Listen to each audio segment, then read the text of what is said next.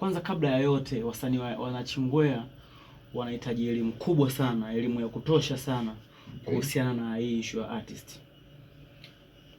Sometimes elimu sio lazima kukaa darasani. Yaani elimu kubwa sana tena kubwa. Sawa sawa. Elimu ambayo naizungumzia ni kwamba Chris Wasuzi ni msanii au mtu fulani ni msanii, sawa? Yaani mimi ni msanii, tunafahamu ni msanii. Kuna elimu ambayo nilikwambia, kuna dogo nilikaa naye anachingwea hapa. Alikuwa ananiuliza, tena nashukuru. Bro Shafi, mimi anaitwa Gazi Brax, anaimba, anafanya hip hop. Bro, mimi naimba bro, naandika mashairi makali na mimi namuelewa anafanya. Lakini mimi sielewi tu ya nini naandika, yani baada ya kuandika nini. Sasa ndo na hapa sasa elimu, miongoni mwa elimu ambazo natakiwa wazifanye. Kitu cha kwanza kama msanii, sawa, unaandika mashairi makali. Utaenda kwa producer, utarekodi. Baada ya kurekodi, ngoma uko nayo, ili uondoke, kitu cha kwanza lazima uwe na watu ambao unawaamini, ambao utawashirikisha zile ngoma. Kwamba bana Spizie, Bushie, mtu ambaye unajua kabisa wewe unajua muziki. Unajua kuna wakati sio tu unaandika nyimbo wewe mwenyewe peke yako ndani, sawa sawa. Baadaye unaenda kwa producer unarekodi tu. Sawa, tunafahamu ndio producer anajua muziki. Lazima uwe na watu kadhaa ambao watakuwa backup. Sawa. Wewe na feedback home. Bana, mkwaji huu hapa huu. Spizi ameupitisha. Vipi tunafanyaje?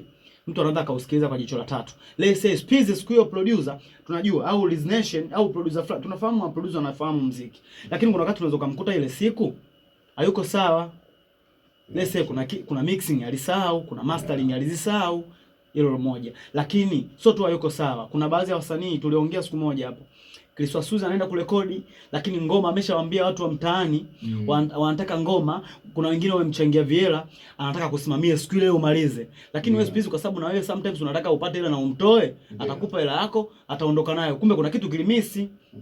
Anaporudi home akawachagua watu ambao wanaojua muziki, watausikiliza, watampa. Sometimes mistake, anaweza karudi kwa Spizi au akamwambia Spizi, bwana bro, ngoma mimi nimesikiliza, lakini kuna meneja wangu ameniambia yuko poa, lakini meneja wangu yuko peace sana na Liz Nation, anataka akafanye mastering labda tena kwa Liz, kwa kuwa na maproducer wawili.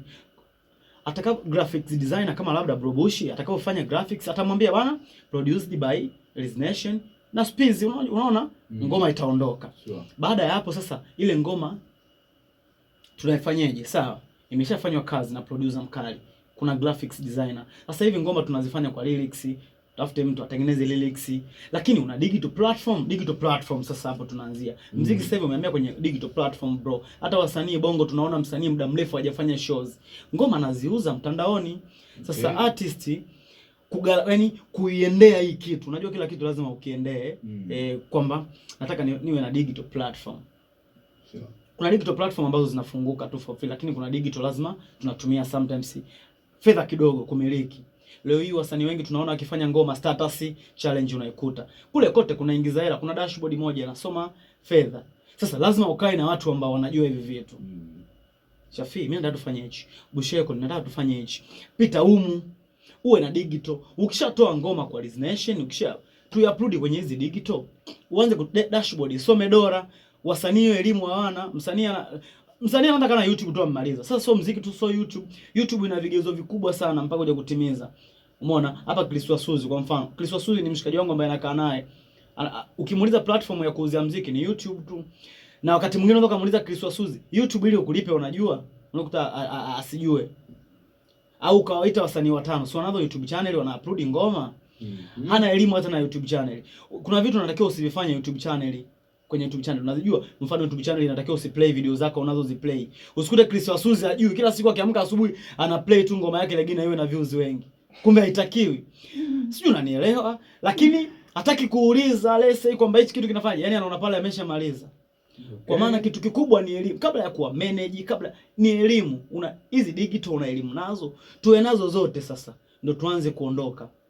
Mwisho wa siku tukitimiza vigezo, dashboard ikisoma dola, ndio tunaondoka. Hata na wewe pia utakuwa serious ufanye ngoma. Lakini Chris, leo hii una upload tu ngoma, hujui utapata hela lini, hujui vigezo vya hata huko YouTube.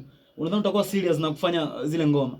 Unaona tu bora nikafanyia business nyingine tu tofauti na muziki. Kwa education hapa. Right, I don't know.